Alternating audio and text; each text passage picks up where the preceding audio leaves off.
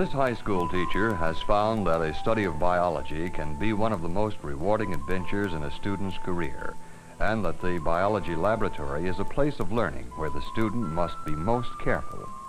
For here the student is working with animals, bacteria, chemicals, and equipment which must be carefully and properly handled if accidents are to be avoided.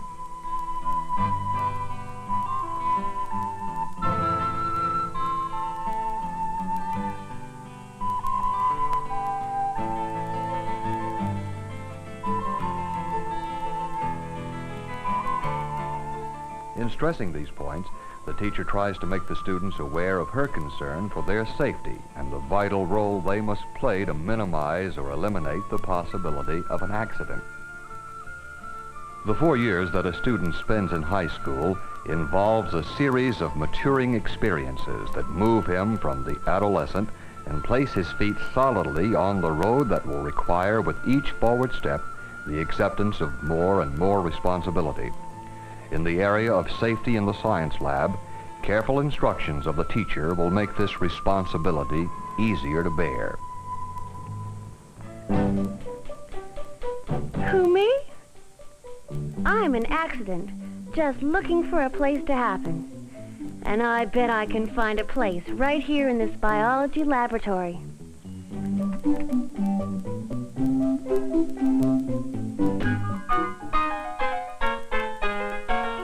These students will need this electric heater for their chlorophyll extraction experiment, since it would be very dangerous to heat the alcohol over the open flames of a Bunsen burner.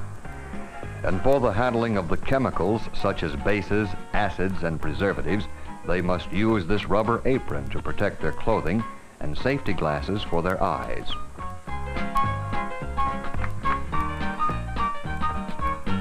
In this experiment on insects, the students will use these toxic materials.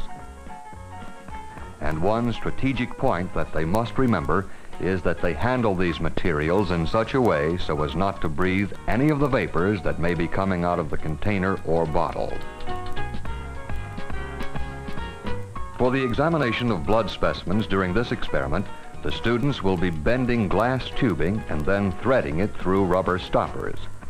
They will need this asbestos pad to lay the hot tubing on, and they will need this toweling to protect their hands if tubing should break while they are threading it through the stoppers. They must also have this lubricant for the glass tubing to reduce the danger of breakage when threading the rubber stoppers. In studying blood types, these students will use these hemolets which come sealed in a sterilized package.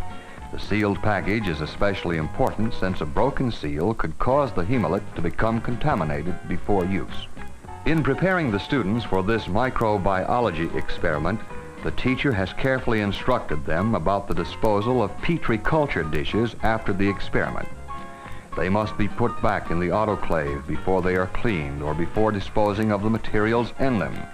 In this experiment, they will also need this rubber bulb for the pipetting of liquids, since pipetting should never be done by mouth.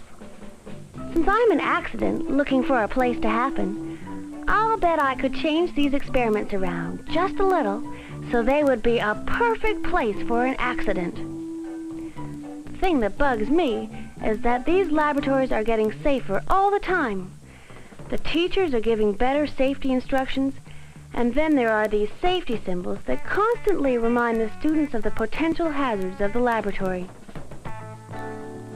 Electric shock is often associated with frayed cords.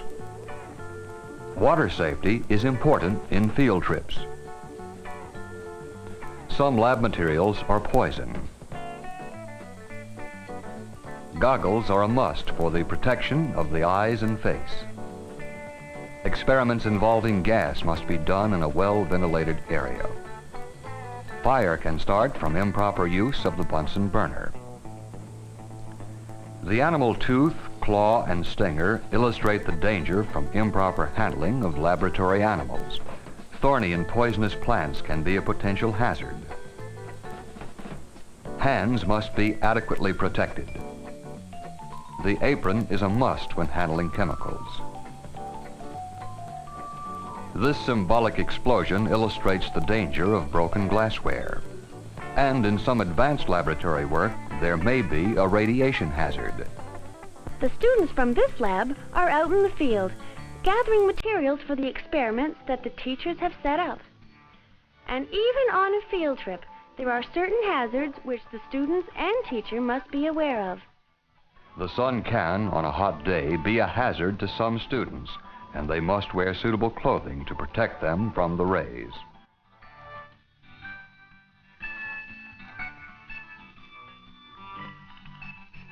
Clothing is particularly important on a field trip. It must be adequate to protect the feet, legs, arms, and other parts of the student's body from the plants, insects, and thorns that they might encounter. During certain seasons, poison ivy can be a hazard in that some students are particularly allergic to it. A bee or wasp sting can have a devastating effect on a student who is particularly allergic to it. This type of student should carry medication prescribed by his physician so that it will be available when needed. This experiment looks like a good place for an accident.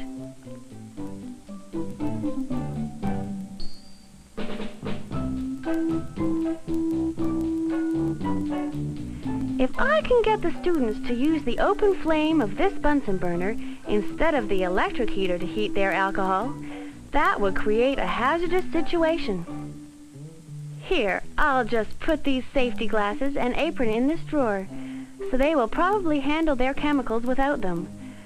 And oh, how that acid does eat through clothing and skin. If they can't find this rubber pipetting bulb, they may try to pipette by mouth, and that could really mess them up. And now I'll just move this etherizing bottle over here near the edge of the table, where they may inhale the poisonous fumes if they open the bottle here. Or they may knock it off the table and break it, and that would really be a mess and dangerous too.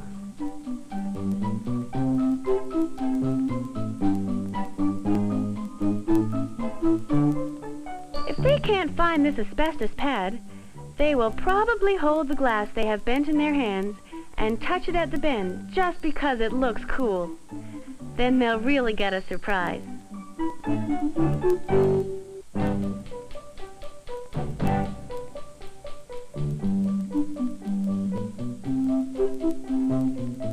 And if I hide this towel, they may try to thread the tubing through the rubber stopper without protecting their hands.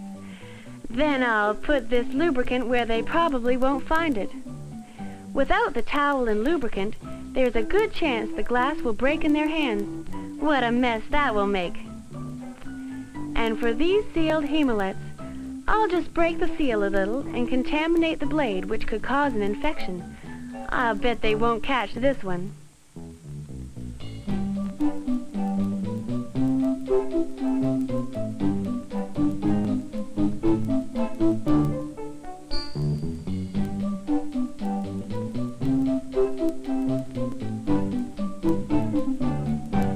Here come the students from that field trip, so I better scram before they catch me in here.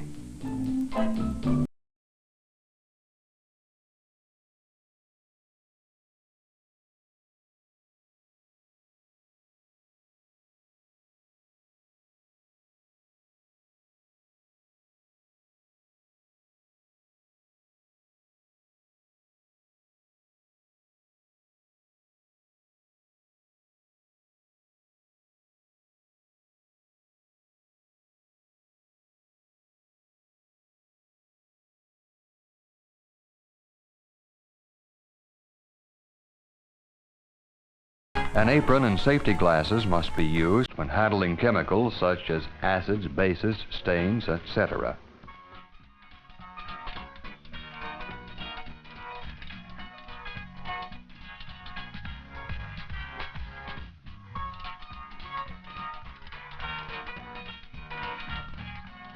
A rubber pipetting bulb must be used for pipetting all liquids.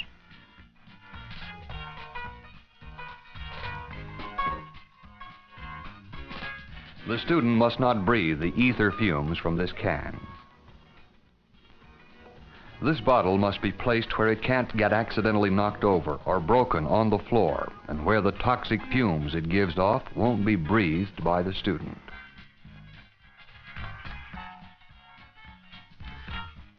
In threading a rubber stopper, a lubricant on the tube and a toweling to protect the hands in case the tube breaks must be used.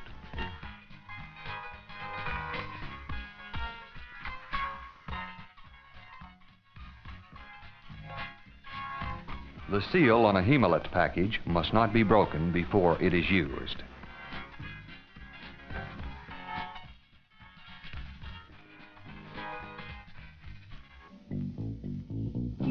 Shucks.